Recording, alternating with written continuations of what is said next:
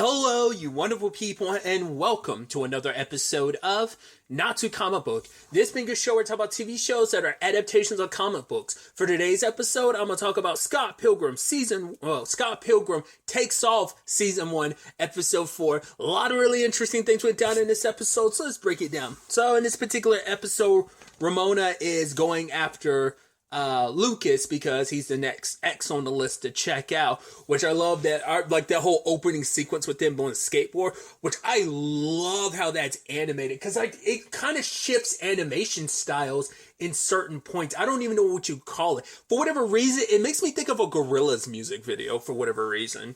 Like some of those skating sections in particular, how they were animated just felt like something you see in a Gorillaz music video. But either way, he's in trouble with his agent. I mean, especially Hollywood in general, because a lot of his movies have been bombs recently, and his skater boy, I even love his, and just the Avril Lavigne of it all. It's like, oh, if you're not careful, you'll be a see you later boy.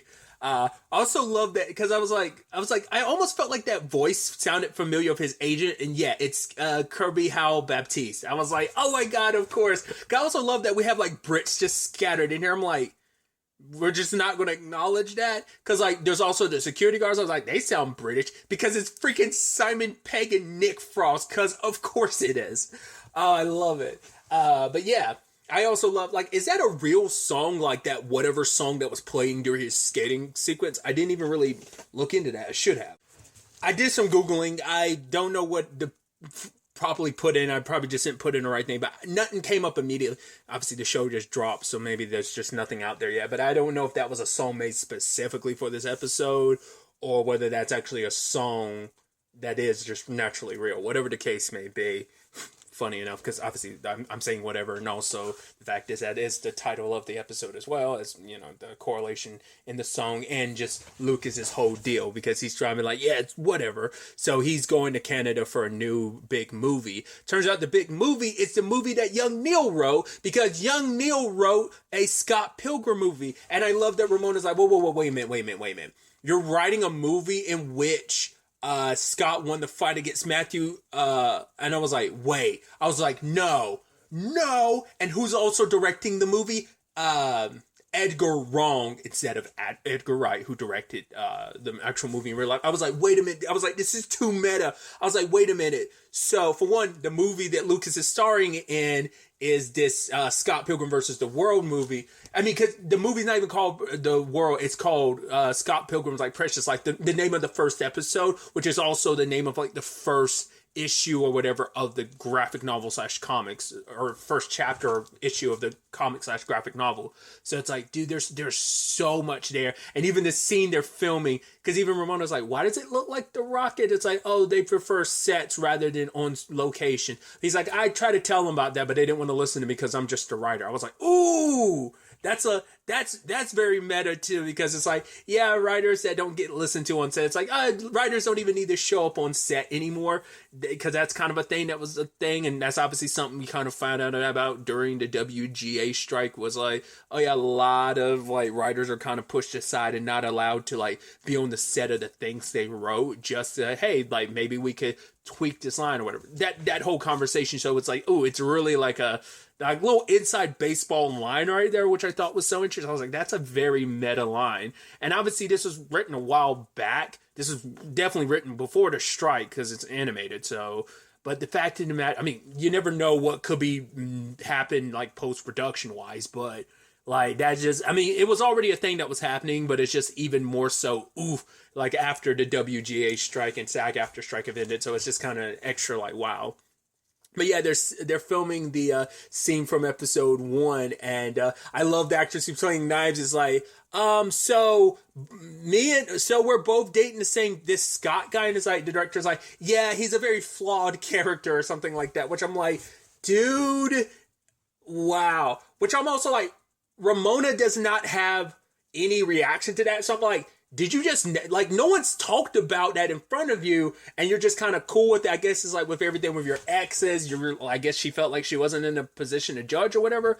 But now I'm like, I'm rethinking this entire thing, because I was like, at first I was like, the whole Neil thing, I was like, is this a time travel thing? And now I'm like, are we doing a multiverse thing? Which I'm sure is going to upset a lot of people if that's the case. But I'm going to stick with time travel for now. But it's like, the fact is, whoever wrote the script, because it wasn't Neil, not unless it's a Neil from a different world or whatever. Or, like I said, I thought it was Neil from the future, but I'm like, maybe it's actually, now I'm like, maybe it's Scott from the future. I don't know. But the fact is, like, it's a meta joke, but part of me almost wonders, like, is it not just meta? Like, is this supposed to be an alternate timeline where it's just kind of like, we did things differently? In the original timeline, Scott Pilgrim versus the World happened, but it's like, no, let's undo that and make this new storyline happen. Because it didn't even cross my mind that that's what the title of this was. Scott Pilgrim takes off of, like, yeah, he's, like, not in the show much.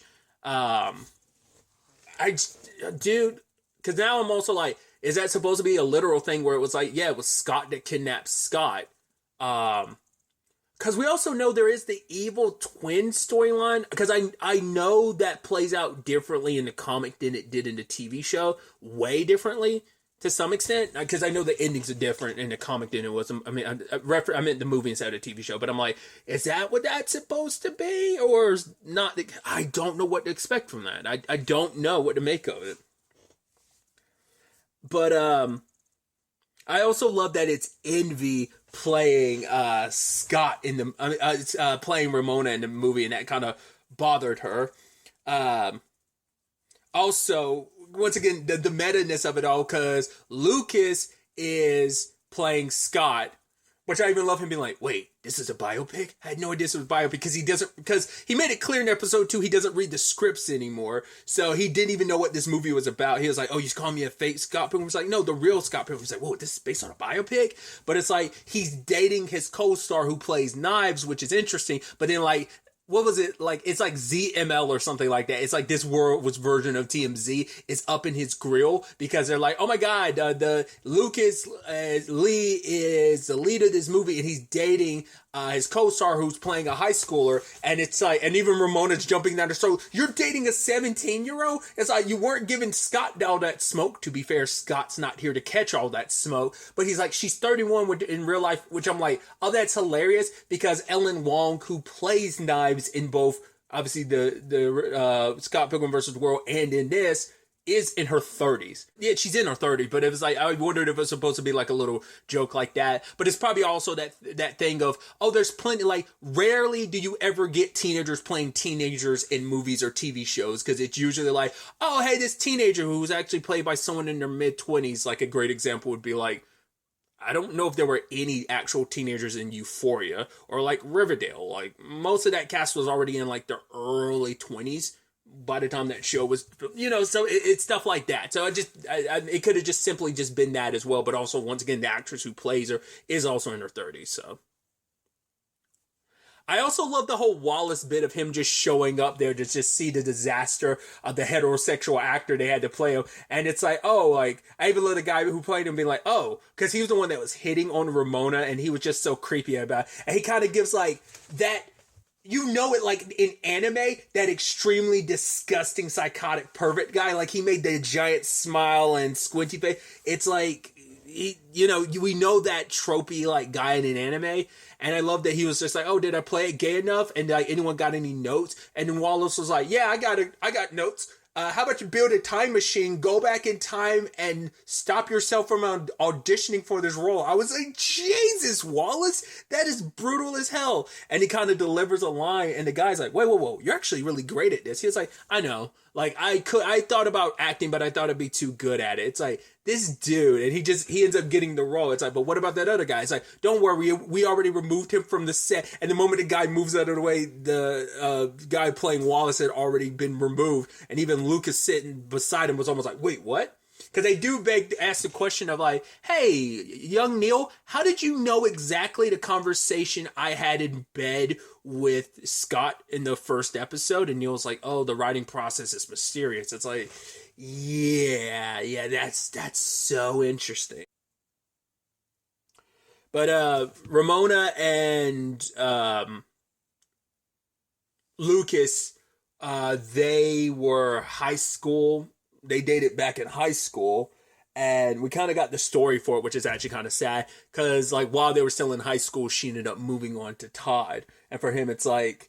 Because she said that line of like, yeah, I always helped you. He was like, yeah, she was there when he was skating, when he broke his skate and hurt himself, his skateboard and hurt himself. But then like, it's like, yeah, but you also broke my heart. And it's like, because you broke my heart and I had a broken skateboard, which is the significant skateboard he still holds on to, it all made him into who he is. It's like that choice, like that stuff made me who I am. So I have to thank you for that in the end, Ramona. But either way.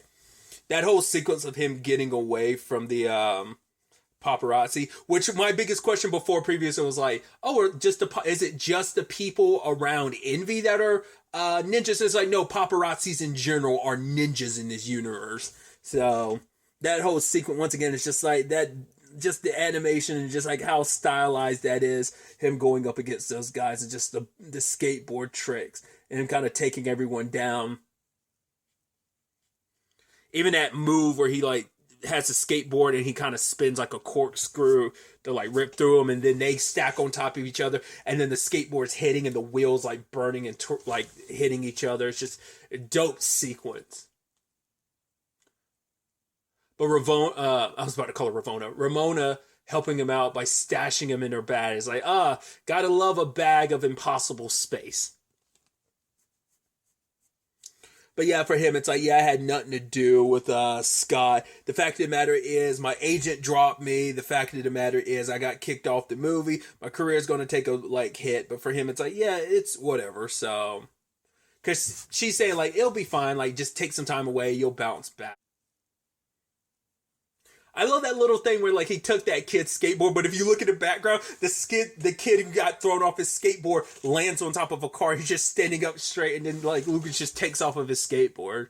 So, but then Todd shows up because it turns out he's going to be the next Scott for the movie. So I was like, that's interesting. Next person on your list, vegan powers, kind of matches the portal that took Scott away. So, interesting developments. I think it's also so interesting too that we aren't really following like why Ramona broke up with any of her exes. Just they did, and she moves on to the next person. They didn't show it at last episode, but I can only assume because Roxy's number 4. It must mean like Ken had to be next because she was talking to someone in the hallway, so it had to be Ken. So. I mean, once again, I think it's just supposed to show, once again, it's not just Scott that's flawed, it's Ramona too.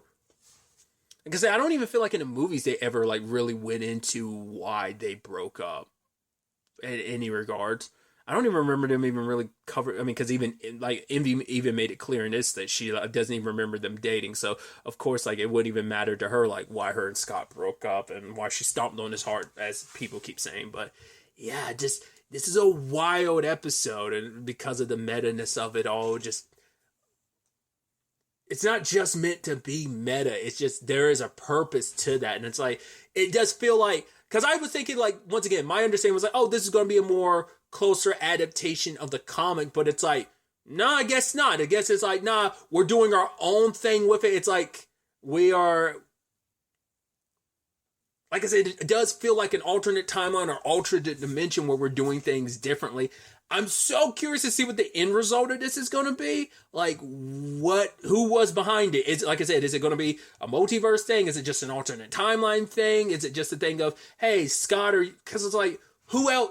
Because that is also the thing of young Neil wouldn't know the conversation Scott had with Wallace. So I am shifting it. It's got to be future Scott then, right? Like I said, not unless it's the Dark Twin thing, but I would assume that wouldn't come up until like much later. But it's like at the very minimum, it's got to be like future Scott or for whatever reason. Like, so is that where it's because he's the only one that would know that conversation that Wallace and him had. So because they were the only ones around at that time, and so like I said, but then what's the purpose of this all? I'm not quite sure. Also, there's a whole thing with Lucas bringing up, like, hey, we're not actually evil. It's just a branding thing. It's like, is that the case? I mean, to be fair, one of the evil X's is vegan, and part of it, I'm sure anyone that's vegan would be like, is that Toronto supposed to be? I mean, I don't even know if that's supposed to, I mean, vegans, you're so powerful, they get superpowers, but it's like, if he's an evil X and he's a vegan, that could be kind of a negative connotation towards vegans, but like, it's like, yeah, it's supposed to just be a branding thing, because since Matthew took over, we don't know what's up with the X's. Like, once again, like, Roxy kind of went her own way in the aftermath, and obviously we saw Gideon with Julie, but we don't know the aftermath of that. So, a lot of really interesting things. Obviously, we are at the halfway point of the season, so I'm really curious to see where the back half of this season ends up taking us going forward with all of this. But really, that's all I want to talk about. Until the next time we meet, be happy, be safe, live life to the fullest, and enjoy it. Good day and goodbye.